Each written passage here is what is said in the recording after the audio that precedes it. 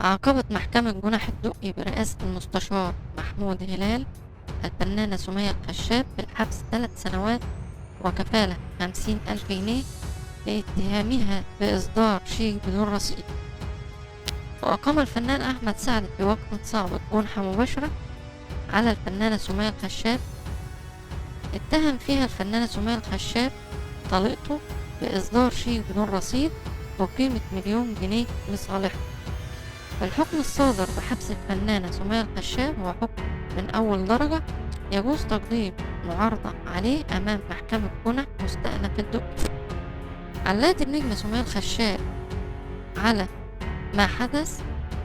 قالت النجمة تعليقا على حصول طليقها أحمد سعد على حكم حبسها لمدة 3 سنوات في قضية شيك بدون رصيد: نزلت كتير ومش هسيب حقي منه أبدا، موضحة أنها كتبت شيك بمبلغ 1,000,000 جنيه لتسوية الحسابات المادية بينهم في فترة زواجهما. وأضافت سمية الخشاب أن أحمد سعد اتفق معاها على أن تتنازل عن مؤخر الصداق وعن نفقتها نظرا لعدم قدرته على دفعهما، وبناء عليه كان الاتفاق على تنازل عن المؤخر والنفقة مقابل أنه لا يصرف الشيك إلا بعد إمضاء عقود التنازل.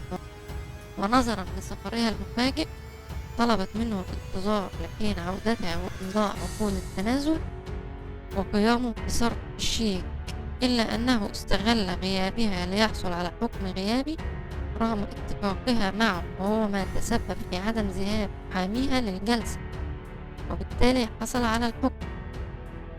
وأشارت الفنانة سمية الخشاب إلى أن محاميها سيقوم غدا بعمل معارضة على الحكم، وإنها لن تترك حقها طالما هو لا يحترم كلمته، خاصة أن هناك جلسة جمعتهما مع عدد من الشخصيات كبيرة في العائلة ومع معارفها للحد من المشاكل بينهم، لكنه لم يحترم ذلك، أنها تثق بالقضاء المصري النزيه وستحصل على حقوقها بالقانون.